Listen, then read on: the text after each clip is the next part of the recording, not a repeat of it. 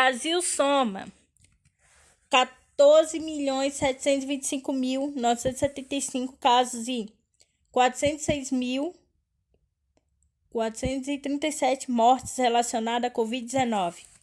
O Brasil contabilizou atualmente 14.725.975 casos e 406.437 mortes relacionadas à Covid-19, conforme indica dados divulgados neste sábado pelo Conselho Nacional de Secretários de Saúde da CONAX.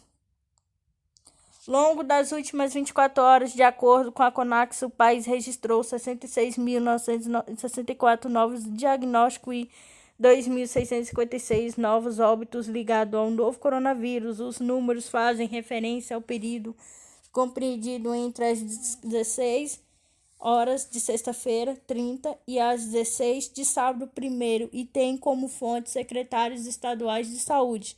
A taxa de letalidade atual da Covid-19 no Brasil é de 2,8% e a de mortalidade é de 193,4 para cada 100 mil habitantes. Neste sábado, 1º, 220.000 novas doses da vacina de Oxford AstraZeneca chegaram ao país através do consórcio internacional COVAX, gerido pela Organização Mundial da Saúde, OMS, e o carregamento da soma ao primeiro lote de vacina da Pfizer Biotech, que chegou nesta semana ao Brasil. A chegada dos novos imunizantes deve avaliar um pouco lentidão no ritmo de vacinação contra a Covid-19 no país, onde o número de doses diárias aplicadas ainda segue abaixo de recomendado com a agência Sputnik Brasil. Site de venda de imóveis públicos em funcionamento. Sites de venda de imóveis públicos entram em funcionamento. O novo sistema deve aumentar a concorrência e os lances com ele. Os interessados não vão mais precisar se deslocar para outra cidade para participar das licitações. A partir deste mês, o cidadão poderá comprar imóveis públicos pela internet e entrará em funcionamento a plataforma Vendas.gov, que expandirá o atual portal de venda de imóveis da União e permitirá a unificação das ofertas da União, dos estados e dos municípios. Desenvolvido pelo Serviço Federal de Processamento de Dados do SERPRO, em parceria com a Secretaria de Coordenação e Governança do Patrimônio da União do Ministro da Economia, a Vendas.gov passará a oferecer imóveis da administração pública direta com a fundação, autarquias e empresas estatais, e o SERPRO oferecerá a plataforma aos governos locais e aos demais poderes, como Legislativo, Judiciário e Ministério Público. Segundo o SERPRO, Vendas.gov aumentará a concorrência nos lances ao concentrar os bens de todos os entes num único ambiente e aumentar a visibilidade com o novo sistema. O cidadão não precisará deslocar-se a nenhuma outra cidade para participar das licitações. Todas as fases da concorrência pública ocorrerão de forma digital. Pelo site será possível conferir fotos do imóvel, verificar os editais, enviar as propostas e aguardar declarações de vencedor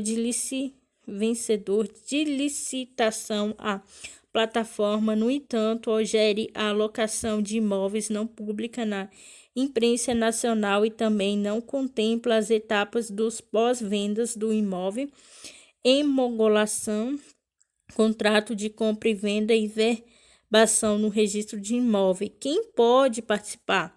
A partir do lançamento de Vendas.gov, qualquer pessoa física e jurídica em qualquer lugar do país com conta do login no portal Gov.br poderá visualizar os imóveis e participação da licitação, as condições e as regras de classificação e desclassificação estarão estabelecidas no respectivo edital de venda. No caso das pessoas jurídicas, é necessária a autenticação por meio de certificado digital do representante legal com a Agência Brasil. Nova etapa incluiu pessoas com comorbidade, trabalhadores da saúde, educação e outros setores com 52 anos ou mais. Prefeitura do Rio de Janeiro antecipou o calendário de vacinação contra a Covid-19 para pessoas de grupos prioritários com até 52 anos. Segundo o município, a antecipação ocorreu devido à chegada de novas chegadas de vacina AstraZeneca. Os grupos prioritários incluem pessoas com comorbidades, deficientes, trabalhadores de área da saúde, educação, serviço de limpeza urbana, guardas municipais, motoristas e cobradores de ônibus e de transporte escolar, além de policiais, bombeiros e agentes penitenciários. A previsão inicial era vacinar esse grupo de até 13 de maio. No novo calendário, a previsão é vacinar pessoas de grupos prioritários com 52 anos ou mais até 7 de maio. Mulheres serão vacinadas das 8 às 13 horas, enquanto os homens serão imunizados das 1 às 17. Nas seguintes datas: 56 anos, dia 3. 55 anos, dia 4. 54 anos, dia 5. 53 anos, dia 6. 52 anos, dia 7. No sábado 8, é a vez da repescagem para pessoas de grupo prioritários com agência de 52 anos ou mais com Agência Brasil. Remessa de 3,8 milhões de doses da Oxford AstraZeneca chega ao Brasil. Segundo o ministro da Saúde, com essa nova carga foram disponibilizados por meio de fabricação no país ou importação 17,1 milhões de doses em um intervalo de 6 dias. Ministro da Saúde, Marcelo Queiroga, e a representante da Organização Pan-Americana da Saúde, OPAS, no Brasil, Socorro Gross, receberam hoje em Guarulhos, São Paulo, mais um lote de doses da vacina AstraZeneca adquirido pelo governo brasileiro por meio do consórcio COVAX Facility. No total, neste domingo, foram entregues 3,8 milhões de doses. A COVAX Facility é uma aliança internacional da Organização Mundial da Saúde, OMS, que tem como principal objetivo acelerar o desenvolvimento e a fabricação de vacinas contra a Covid-19 e garantir acesso igualitário à imunização. Terceiro lote contendo 2.025.600 doses de vacina contra a Covid-19. Chegou hoje por volta das 16h20 no Aeroporto Internacional de Guarulhos, em São Paulo, em uma aeronave proveniente de Amsterdã. As doses que foram encaminhadas ao Brasil são da vacina desenvolvida pela Oxford AstraZeneca e o imunizante foi fabricado pela empresa multinacional Catalent na Coreia do Sul. Esse foi o terceiro lote recebido pelo Brasil somente neste final de semana. Ontem, primeiro, o Brasil já havia recebido cerca de 220 mil doses já na madrugada de hoje. O país recebeu mais de 1.735.000 de doses. Como esses últimos desembarques completam os 4 milhões de doses previsto para maio, anunciou pelo ministro da Saúde. O Brasil tem direito a 10,5 milhões de doses do consórcio. Em março, o governo brasileiro já havia recebido 1.022.400 doses da COVAX Facility. No aeroporto de Guarulhos fica a coordenação da armazenagem e distribuição logística do insumos estratégicos para a saúde, COADI, do ministro da Saúde de Guarulhos. Essas doses serão distribuídas aos estados e municípios por meio do Programa Nacional de Imunização do PNI com a Agência Brasil. Oi, galera, eu queria falar que esses dias que eu não postei vídeo, né, porque eu tava muito ocupada, mas agora todo dia eu vou estar postando para vocês. E espero que compartilhe e também deixe um like. El Salvador enfrenta tentativa de golpe promovida por presidente e deputado aliado. Argumento usado por Nayib Bukele para destruir o ministro do Tribunal Supremo são semelhantes aos usados por apoiadores de Jair Bolsonaro para atacar o STF. El Salvador, Nayib Bukele conseguiu aprovar a destituição dos ministros da ala constitucional da Corte Suprema da Justiça, CSJ, na primeira sessão da nova legislatura da Assembleia Legislativa do país nas eleições de 21 de fevereiro, Bukele conseguiu o controle do Congresso após sua base aliada eleger mais de 2/3 dos parlamentares, por 64 votos e 19 parlamento. Derrubou de uma vez só os 5 ministros que integram a Sala Constitucional da CSJ, as alegações usadas pelo deputado do partido Novas Ideias e outras legendas de direito são as de que o tribunal atuava como um superpoder e limitava a atuação do presidente diante da pandemia de Covid-19. O processo de destituição durou de 1 hora. Bukele chegou a fazer pronunciamento em cadeia nacional dizendo que se ele fosse um ditador, teria fuzilado em todos eles. Dizem que salvaria 1000 vidas em troca de 5. Os novos integrantes da Sala Constitucional já foram eleitos atropelando todos os processos definidos na Constituição. Em nota, a Sala Constitucional classificou o ato de assembleia como ilegítimo. A manobra, no entanto, não acabou por aí. Na mesma sessão, os buquelistas derrubaram também o Procurador-Geral da República e elegaram um novo. O ato foi visto como uma tentativa de autogolpe por parte do presidente para conseguir o comando das 3 poderes. Foi rechaçado por movimentos sociais, pela oposição, por entidades da sociedade civil e organismo internacional como o Corte Interamericana de Direitos Humanos, CIDH, e a Organização dos Estados Americanos, OEA. Alguns manifestantes se reuniram na capital São Salvador, chamado presidente de diretor e fascista. Em respostas críticas recebidas no exterior, incluindo uma Secretaria de Estado dos Estados Unidos, Bukele tuitou o seguinte: aos nossos amigos da comunidade internacional, queremos trabalhar como você negocia, viajar, nos conhecer e ajudar onde pudermos. Nossas portas estão mais abertas do que nunca, mas com todo o respeito, estamos limpando nossas casas e isso não é da sua conta. Argumentos. Chama a atenção o fato de que os argumentos usados por apoiadores de Bukele para dissolver a Sala Constitucional são muito parecidos, como os usados pelos apoiadores do presidente Jair Bolsonaro no Brasil. No sábado 1º, os bolsonaristas foram às ruas com palavra de ordem: eu autorizo. O grito foi puxado com o objetivo de dar um sinal ao presidente de que apoia uma intervenção no Supremo Tribunal Federal, STF. O mandatário tem repetido diversas vezes que Bolsonaro fala em terrorismo no campo e garante que não irá regulamentar desapropriação por trabalho escravo. Apesar da crítica, o presidente votou a favor em primeiro turno de proposta de emenda à Constituição que incluiu a previsão de confisco. Discurso empresário do agronegócio. O presidente Jair Bolsonaro, sem partido, criticou o que chamou de terrorismo no campo e afirmou que não irá regulamentar a emenda constitucional que prevê a expropriação de propriedade nas quais for identificada a exploração de trabalho escravo. Neste sábado 1, na abertura da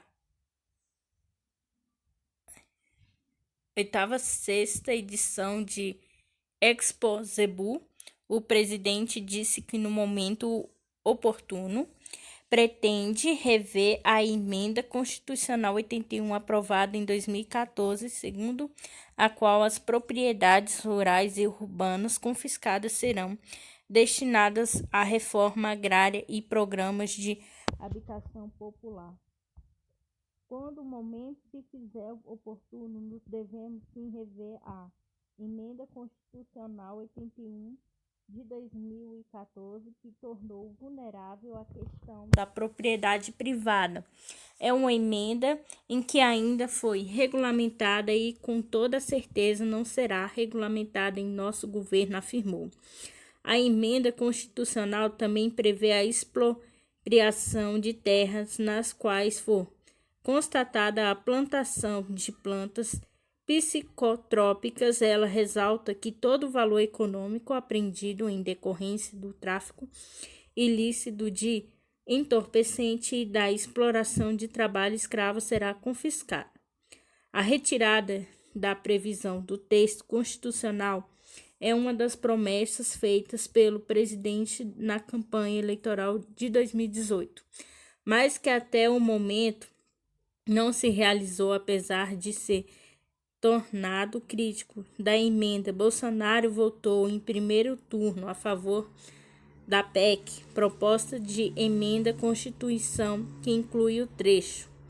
No ano passado, o presidente já havia defendido que a prática do trabalho escravo deveria ser mais bem tipificada, punindo apenas o autor do crime, e criticado o confisco da propriedade do produtor rural que comete ilegalidade. Em discurso transmitido na cerimônia, Bolsonaro criticou movimentos sociais e disse que eles ainda têm levado terror ao campo. Ele afirmou que na atual gestão o MST, Movimento do Sem Terra, perdeu a força, mas que se preocupa com a atuação da LCP, Liga dos Camponeses Pobres.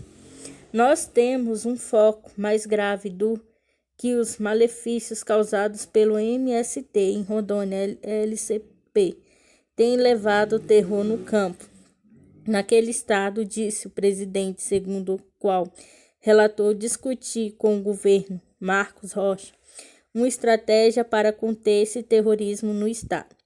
Bolsonaro disse ainda que na atual gestão houve uma diminuição na ocupação de propriedades por grupos indígenas e defendeu o fim do que chamou de entraves burocrático para viabilizar uma maior participação deles na produção rural.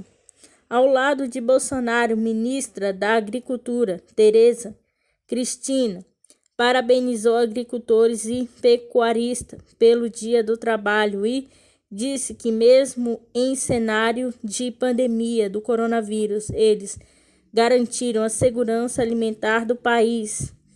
Também em uma referência ao Dia do Trabalho, Bolsonaro disse ainda que em gestão anteriores e a data era comemorada com camisas e bandeiras vermelhas, o que, na opinião dele, passava a impressão de que o Brasil era um país socialista. Isso mudou. Agora temos a satisfação de ver bandeiras verdes e amarelo por todo o país, afirmou Folha Expressa. Johnson do Reino Unido enfrenta mais questões sobre gastos pessoais. O primeiro-ministro britânico, Boris Johnson, enfrentou mais acusações neste domingo sobre seus gastos com a reforma de seu apartamento e com os cuidados infantis de seu filho, o que seu ministro das Relações Exteriores considerou como fofoca infundada. Johnson resistiu repetidamente a gafes, crises sobre o Brexit e revelações de seu adultério, mas a revelação de que ele e sua noiva, Kerry Simmons, gastaram ricamente para redecorar sua residência com um estilista festejado pela realeza, tocou os nervos de alguns britânicos. Um dos líderes da campanha de 2016 para deixar a União Europeia, Johnson está lutando com uma torrente de acusações sobre seus gastos e a gestão de sua equipe principal no governo britânico, o que os oponentes dizem que mostram que ele é impróprio para o cargo. Johnson disse repetidamente que pagou pela reforma de seu apartamento em Downing Street, mas a comissão eleitoral afirma ter motivos para suspeitar que um crime foi cometido no financiamento da obra.